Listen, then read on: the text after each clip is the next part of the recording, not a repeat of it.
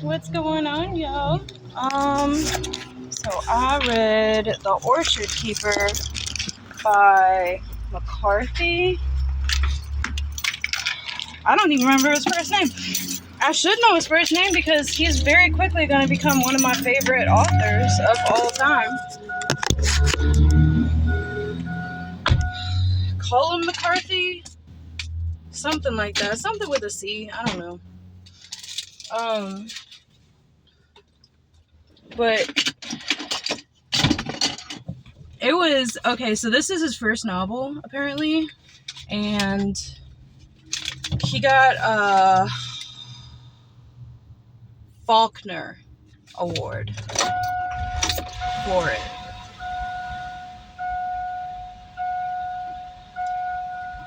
Dude, I took my car to a mechanic because I didn't feel like changing the alternator because I'm a lazy freaking hoe, and that's just too much for me. And tell me when my air conditioning doesn't work all of a sudden. Like, I'm gonna flip out. I'm about to kill somebody. It's like, how does it go there working? Just needs an alternator. That's all it needs. All of a sudden it doesn't work. Let me move past it because it's Tuesday and I got things to do with my little man and everything needs to go smooth, so I'll go there tomorrow and flip the hell out. But okay, so it's called The Orchard Keeper, I think. And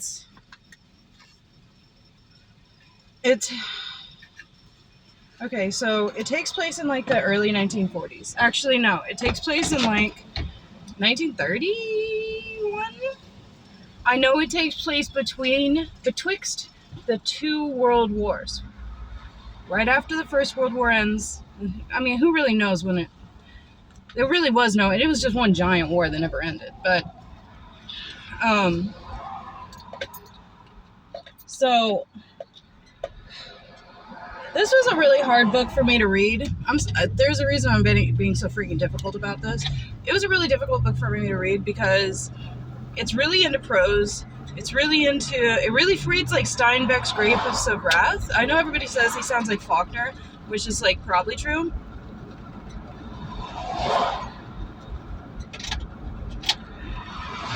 I wouldn't know. Didn't read a lot of Faulkner, but I'm not one of those people that like reads to read and be a literary whatever the hell. I read to get distracted from my broken brain. But I like this guy because I love No Country for Old Men. I found that I really love those types of movies. I don't even know what they are. It's not a Western. That's not what interests me. It's like a movie for men. I don't know. It's like The Hateful Eight. Well, that's another Western. I'll have to think more. Anyway, so the book starts out with this metaphor. And there's a bunch of metaphors. And it's these two black guys described with the N-word.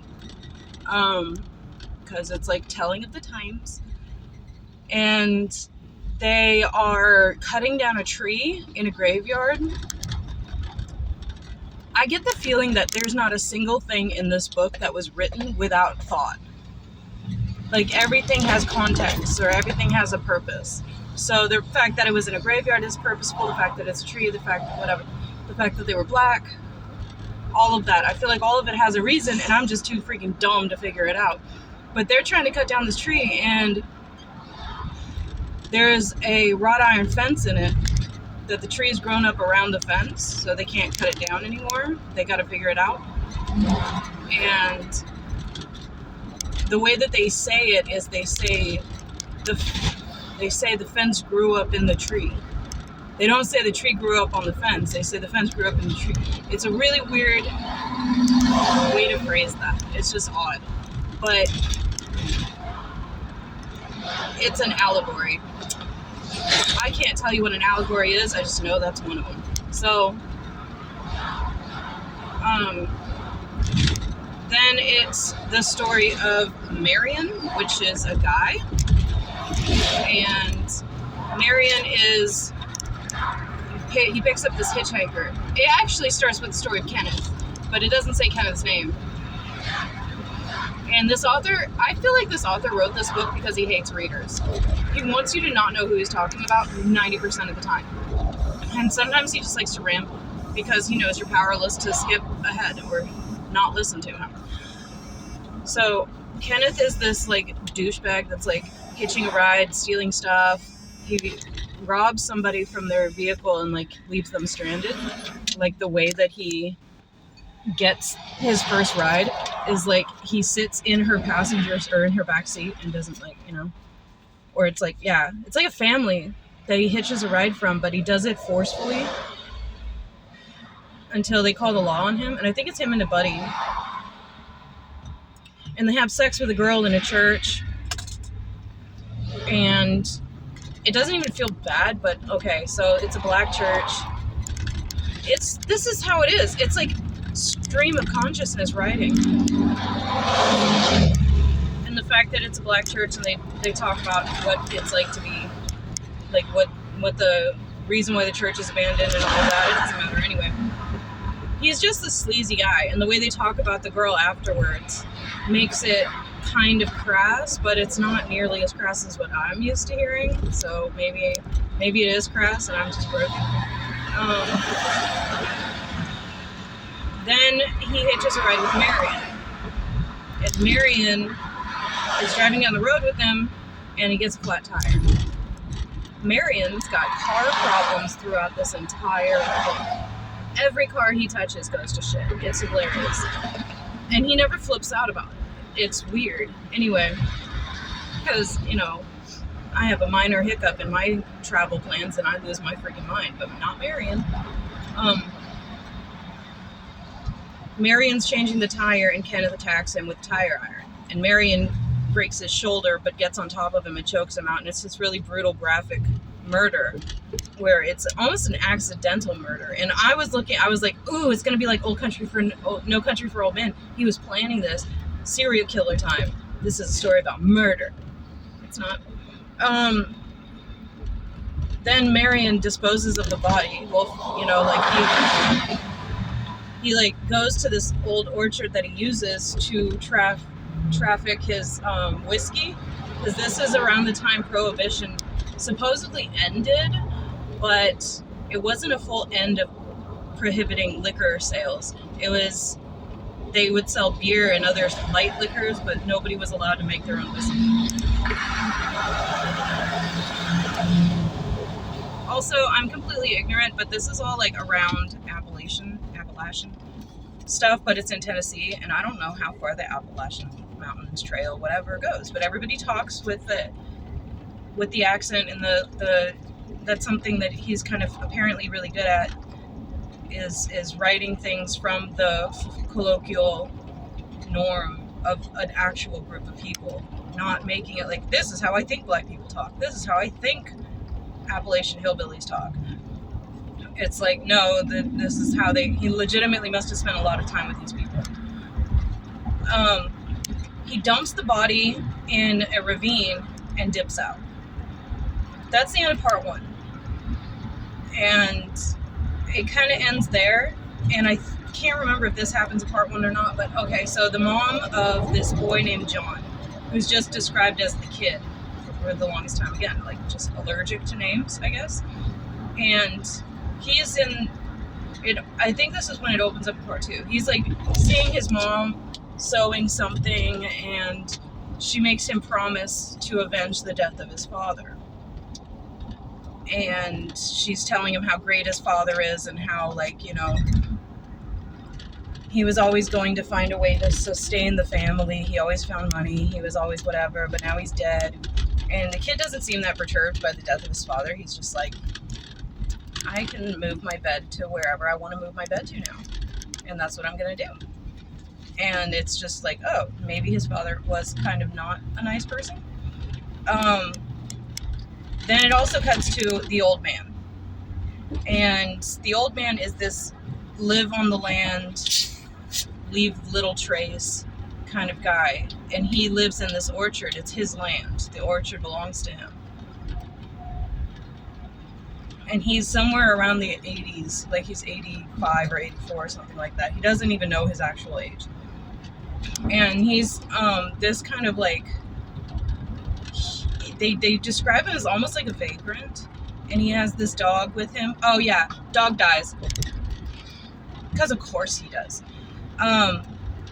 And it tells a story about like this old man, just kind of like his day-to-day life of like, almost like There Will Be Blood, how it kind of like overdraws the process of mining for gold in the very beginning of the whatever, or looking for oil and all of that. And like, it's like that, where it's just like, and then he farted, you know. It's like every tiny aspect of this person's life. And that's why I said it reminds me a lot of Steinbeck, because Steinbeck did that with The Grapes of Wrath. There was this scene with a turtle I will never forget. I need to read that book. And it just describes the turtle's life for pages.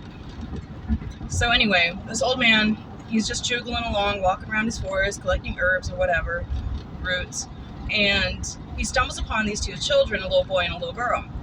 The little girl's like on the verge of tears, and the little boy's like standing there just scared and stiff. And the guy's like, hey, what gives? And the kids just start crying. And he's like, hey, what's going on? What's wrong? And it never occurs to him that they might be afraid of him.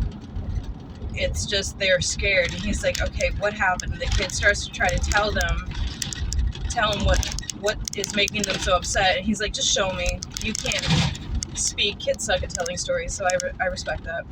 The kids lead him to the ravine where they found the body, from Kenneth's body. And he's looking at this body, and when he turns around to tell the kids to do something, the kids are gone. And he's like, all right.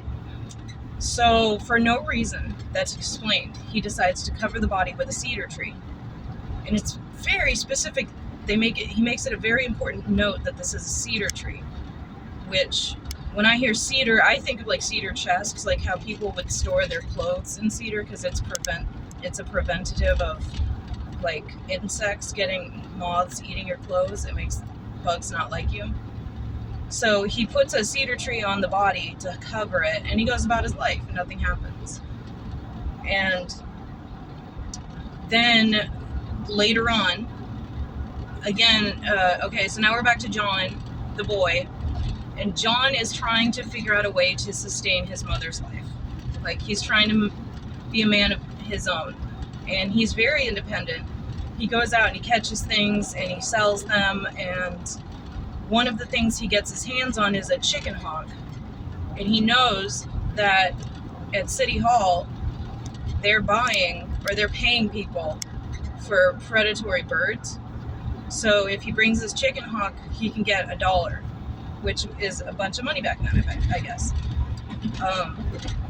And so he does that. He takes chicken hawk, sells it. The lady is like, you know, really grossed out, but really nice to him about it. And she gives him the $1, and he doesn't think anything more about it. Then he goes to a guy who's selling a bunch of traps, and he signs a promissory note. He buys 4 traps from them with the promissory note of buying 8 more, because it's cheaper by the dozen. So this way he can get a cheaper rate, with the understanding that he's going to use the traps to make more money, to buy more traps, and then he's got his own little business. He's a child, though. He's under 4, I want to say he's like 7 or 8 years old, or something along those lines. He might be 10. I don't know. So now he's out setting up his little traps in the water. I don't really understand how the traps work or what, but it explains them very graphically and detailed. And he's trying to catch like fish and crawdads and whatever, and mink or something. And he goes out at night to check his traps, or it might not have been at night, but it felt like night. Anyway, and there's a car crash, lands right smack in the creek that he's in. And they say creek, but the way they describe it, it sounds more like a river. And it's Marion. Marion had been using the orchard to hide and then distribute his whiskey. He would load up there, and in this one instance, he's seeing, while he's loading up his whiskey, he sees the old man grab a shotgun and put it somewhere, I don't care. But he's like, ooh, I better skedaddle because I'm doing some stuff I'm not supposed to do on some place I'm not supposed to be. And that dude looks scary. So, seemingly, the old man doesn't even care. He just kind of stands and watches. He takes account of, and he stands there with a shotgun watching. And Marion zips out of there, takes a turn wrong, lands in the creek. John jumps in the creek and pulls him out of the car and saves him. And he smells the whiskey and he knows what it is. And he's like, then Marion's like, hey, bro, you saved my life. Let me get you. He kind of takes him on one of those, like, drug-addled road trips. I say drug-addled, it has nothing to do with that. But, like, you ever, like, give a person a ride to go pick up from their dealer or something, and then you have to go somewhere else to get the money, and then you have to go somewhere else to get the munchies, and then you have to... It was like that. It's like, when can I leave? I'm ready to leave now. But John is just, like, he's with Marion. Marion's got some friends. They take him to Marion's house. Marion's wife undresses the kid, gets him into nice, clean clothes. And the whole time, it's, I'm sitting here like, wait, Marion killed that dude. Like, this is going to go badly. Doesn't. It's crazy.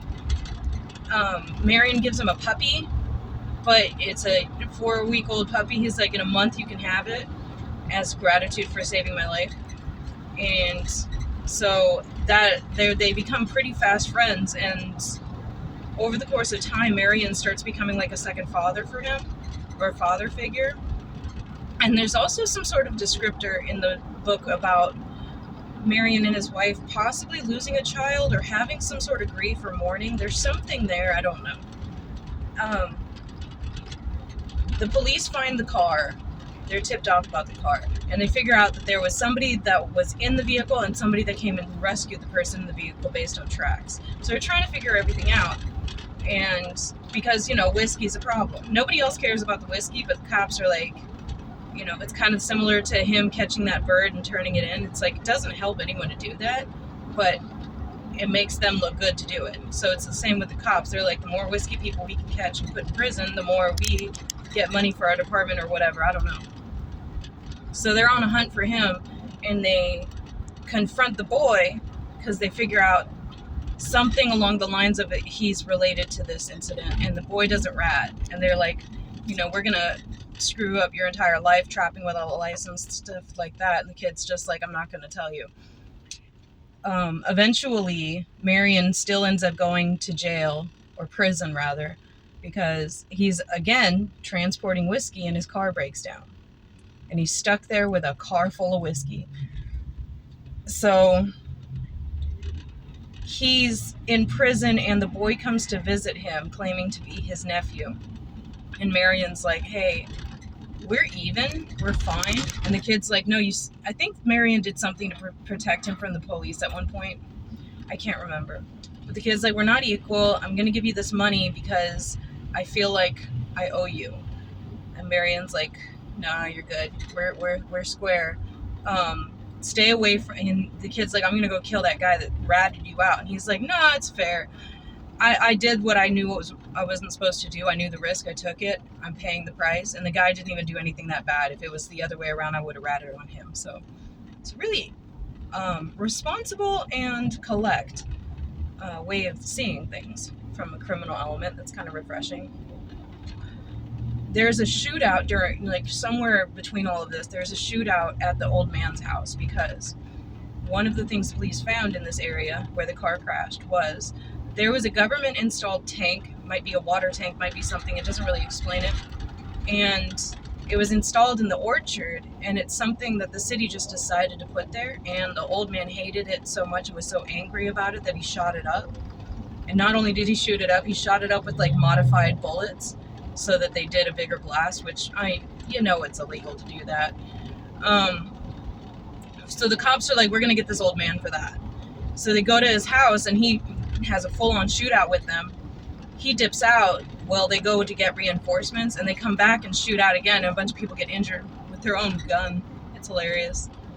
And then they eventually track down the old man, even though he did pretty good for himself traveling.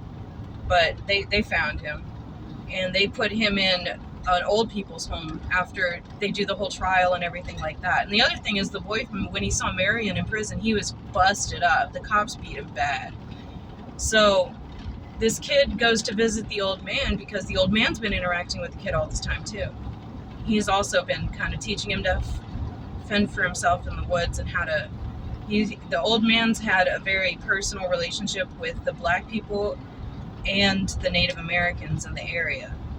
Growing up, all his life, he learned to listen to them, and he has a bunch of old, tricks that he learned, and he passes this knowledge along to the boy. The boy goes to meet up with him, and he sees that he's confined in a home. The man's been separated from his dog, and he asks the boy, "Hey, if you can you go shoot my dog? Can you go find him and shoot him if you find him? Because I can't ask somebody to feed him because I don't have any money to give you, and I can't shoot him myself. I don't have the heart for it, and obviously I'm stuck here anyway, but I can't stand to think of the dog just being out there." And the kid said, "I'll go take care of your dog." And it's kind of ambiguous whether he's saying, "I'm going to feed your dog" or "I'm going to kill your dog." Then the boy goes back to the Capitol Hill place, or the Congression building, or whatever the city ordinance building is, where he sold the chicken hawk. And he says, "I want to give you this $1, and I want to buy back that chicken hawk that I sold you." And the lady's like, "That was in August. That was last August. We don't have it anymore. We wouldn't keep that." He's like, why do you want them? What is the purpose of buying it?" And she's like, "It's in the furnace. Like, we burned it. It's gone." And he's like, "And you imprison men and beat them up and put old men in confinement." Like, he says something along those lines to her, and she's like, "What?" He's like, "Never mind." And it all kind of comes full circle in his brain, where he just correlates the way they are treating people with the way that they treated the chicken hawk thing, and how everything's just bullshit, and he's really upset.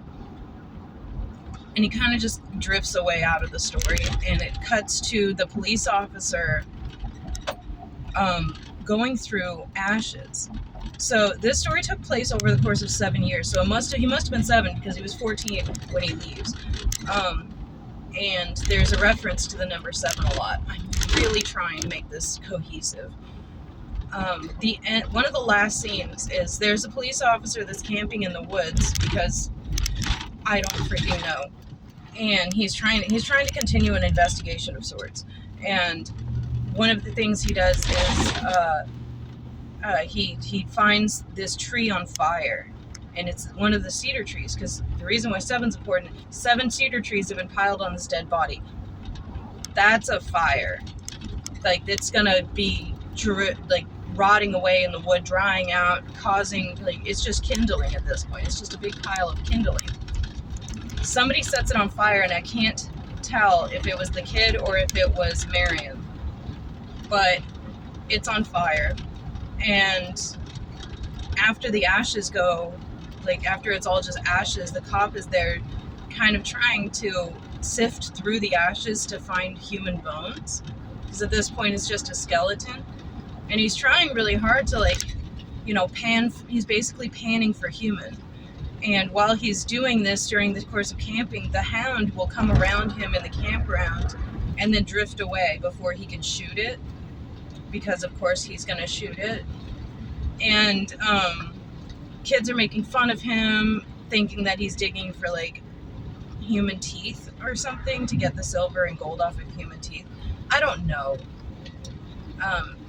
Eventually they do find the body, and he and the cops are they kind of disclose what I've already kind of alluded to, that it's Kenneth's body, and Kenneth is the father of John, and that they think that John left to go and hunt down his father's killer. And they don't know who the killer is. They still haven't figured it out. Then it cuts, one of the things, okay. So when John met with the old man gave him this kind of winding speech about 7 years. And he said, essentially, there's a cycle, and we're in the cycle of decline right now. But every 7 years, there's a new depression, essentially, of resources, of health, of weather, of everything. It's just The weather dictates everything, and the weather goes bad for every 7 years. And then after 2 cycles of this, you get 7 years of plenty. And that's very biblical. It's like in the book of Daniel. There's a whole bunch of that. And then, so the boy comes back 7 years later to his mother's grave, and the entire town is dead. There's no one there. The orchard is completely dilapidated. His home is dilapidated. Everything's just, and he's like, there's no evidence of anyone existing at all. Okay. Here's what I think. There's another thing in there where the boy gets his first experience of women, and I forgot to mention that because it was an interesting scene. There's this like saucy little girl that's coming up to him when he's just trying to go fishing, and she's like, "What you doing? Why you doing that?" and all of that, and he's like, "Get away." And it makes it seem like she's a young girl that just became a woman. So she's like following him around and like getting in the water, and while she's standing in the water, like just asking him annoying questions and just being annoying to him and being like, "Yeah, I bet you would like to know." He's like, "No, I wouldn't. You clearly just brought that up, so I'd ask." And stuff like that. She's got a leech on her leg, and he points it out to her, and she freezes and panics and starts screaming at him to get it off, and, how dare you, what's wrong with you, all of that. He gets it off of her, and she dips out, and that's the end of his sexual awakening. That's it. There was the other sexual thing where his father, when he was out vagabonding around, had sex with that girl in the church, where it seemed everything just was so forlorn and depressing and meaningless, pointless. And then there was the time that Marion's wife undressed Marion and then undressed the boy in order to get them out of their wet clothes. And Marion made it a really funny, joking situation of like, "Woman, I'm useless to you now. Don't you know that? I'm worn out. I don't have time for this," type of thing. And those are the 3 instances of sexuality in this book. And they're all 3 where the woman is the aggressor almost. And the men are very lost in the sauce. So, finishing this book feels like when I finished watching Napoleon Dynamite.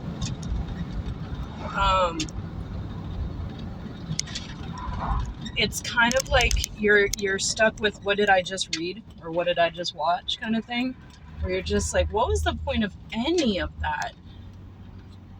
Hitchcock said this thing where he said, if you're filming a scene and there's a gun above the fireplace and your camera makes a point to pan onto the gun over the fireplace, that gun is going to have to shoot somebody in the movie.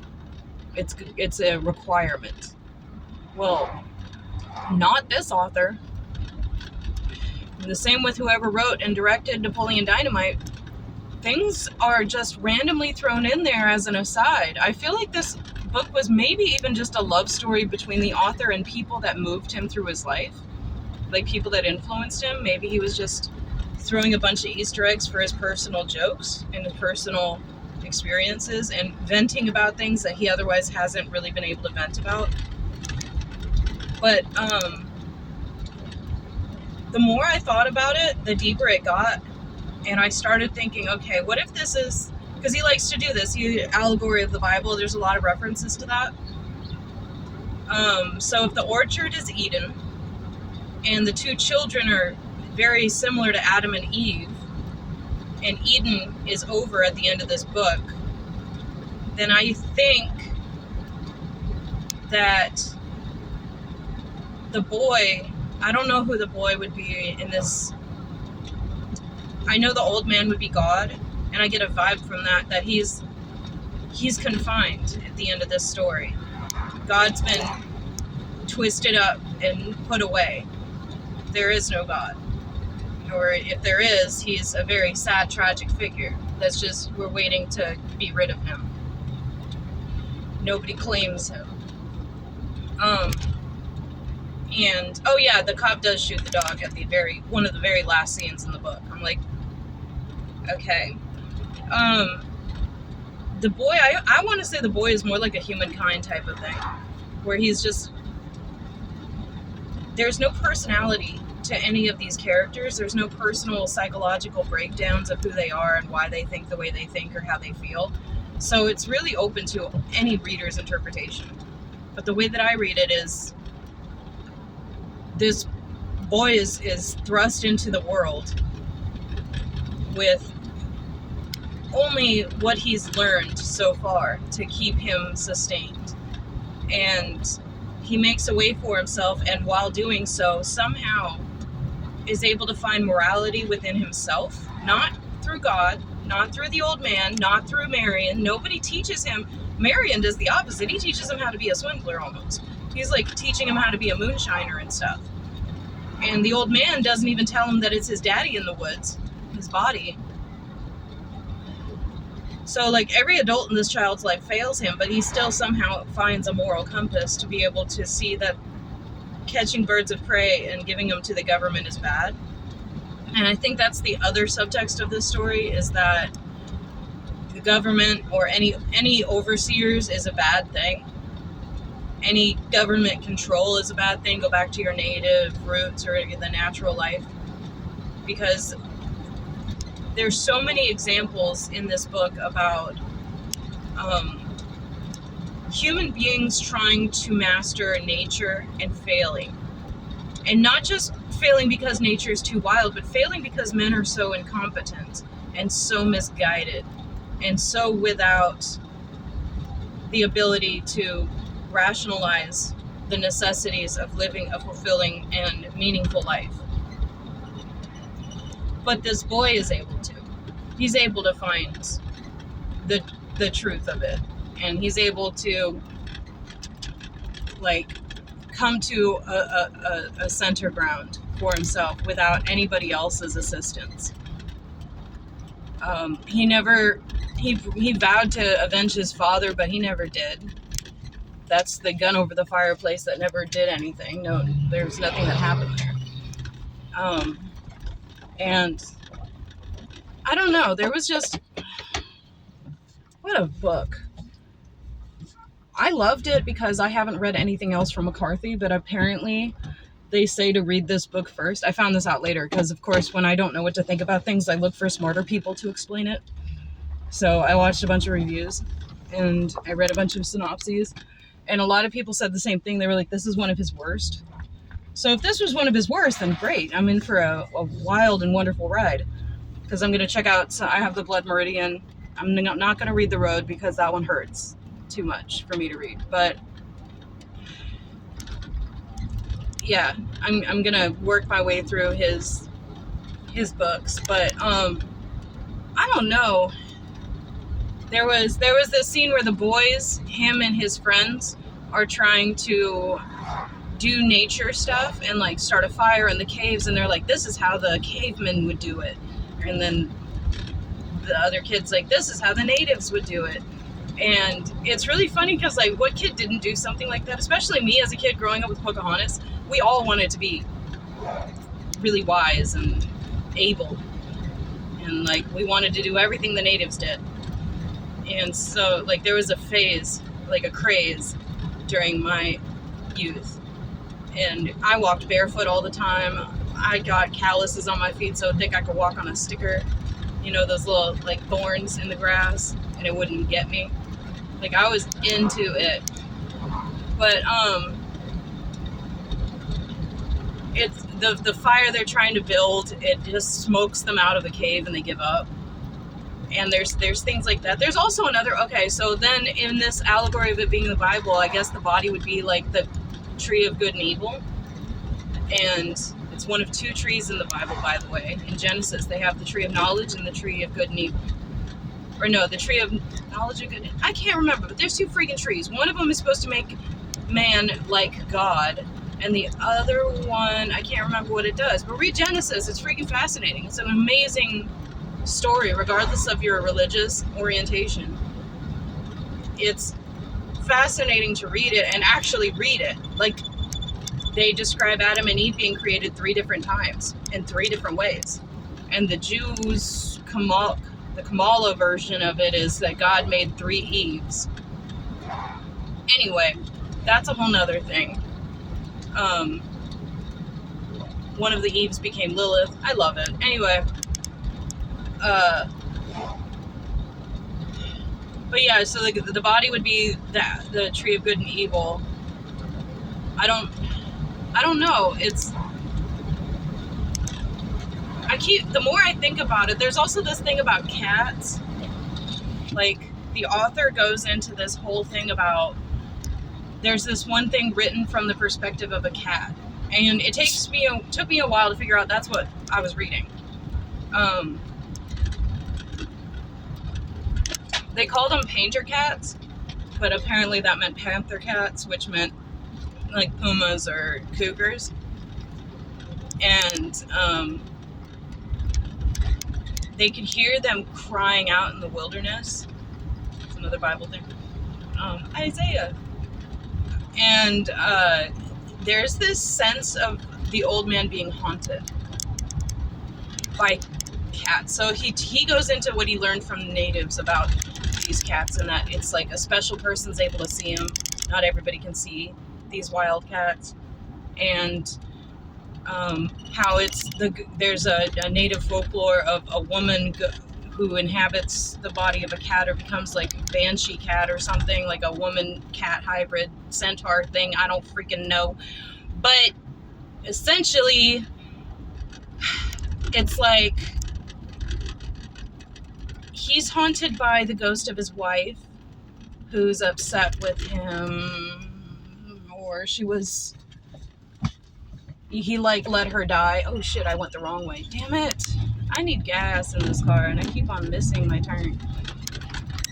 Then it talks about this cat's daily life and like it just walking around in the woods hunting stuff, and how it's dealing with changes in its environment, and it tries to eat one of the little ferret things that the kid caught in his traps, and it can't get it out of the trap, so it gives up. And when the kid finds the ferret body later, it describes the wounds on this creature as looking like eye slits, like winking closed. I don't know. There's so many scenes like that. That's the one thing. Okay, he doesn't write people very expressively. He doesn't define them. He doesn't give you any idea of what these people look like or what any of these people are like. But nature scenes and just scenes in general, he describes so poignantly. It is so profound to hear, it's like you're there, you can smell it, you can feel it. It's so amazing, and I get why it won that award. It won the Faulkner New Book Award or something because it was his first novel.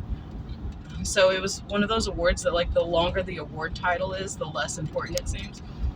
It was like, this is an award for you because it's your first novel, and it's kind of like Faulkner. But there was also this scene, that was the other thing, there was a scene about these kittens that Marion walked in to this store, and there was these kittens that were like, their eyes were sealed shut with mucus, and they were walking around blind, like slipping in people's tobacco spit, and just, he's like, this is disgusting and pathetic. And he makes a comment to the store owner about, like, you know, the kind Christian thing to do would be to kill these little fuckers. And the guy's like, yeah, probably. And then a little girl comes and saves the kittens. Didn't say the freaking dog, though. No. Anyway. And that was kind of like, these cats are here because humans exist here. And because the humans exist here, they are breeding in the areas that human waste, you know, human food is thrown out and stuff like that. And so, like, it's the humans' responsibility to these animals that they exist at all. And then the solution is to kill them. And then a little girl comes and takes them away. And the bodies of their siblings, what died, are being kept somewhere. I don't know. There was a lot of really unsettling scenes. But okay, I just pulled up. I'm an official soccer mom, y'all. It's taken me a while to accept that, and I still haven't fully accepted it. And then, the only other thing I have is Melungeons. That's fun. The thing about Melungeons is, it's not a thing. So, 1930s, integration still wasn't that popular. And the government said the 1/16 drop rule, saying basically, you got your black person that's born of a white mother or a white father, but if they have 1/16 drop of black in them, even if their parents are all white and they had a black ancestor, they're still considered black, so they're still considered second-class citizens, and they still have designated water fountains and all of that. So what the Appalachian people did was they created their own race of Melungeons, is what they called themselves. And it's like in Demon Copperhead, they described them as being curly-haired, green-eyed kids, which is fun. I love unique characteristics in a whole group of people. It's like somebody's grandpappy had some serious genes, and he did a lot of banging. I've seen it down here, actually. There's this, I've only ever seen one black person with red hair in my life. And down here in Alabama, in Montgomery, Alabama, I have seen a lot of them. A lot of black people, black children that have brick red hair. And every time it's like a unicorn. I get happy because I like unique features, and I'm just like, wow, that's so cool. And then also, like, the red hair trait is such a rare trait, and especially on a black person, it's even rarer. And then to see so many people with that, I'm like, I want to know that history, but I don't know how to ask. But I'm gonna get to the bottom of it. I just want to know.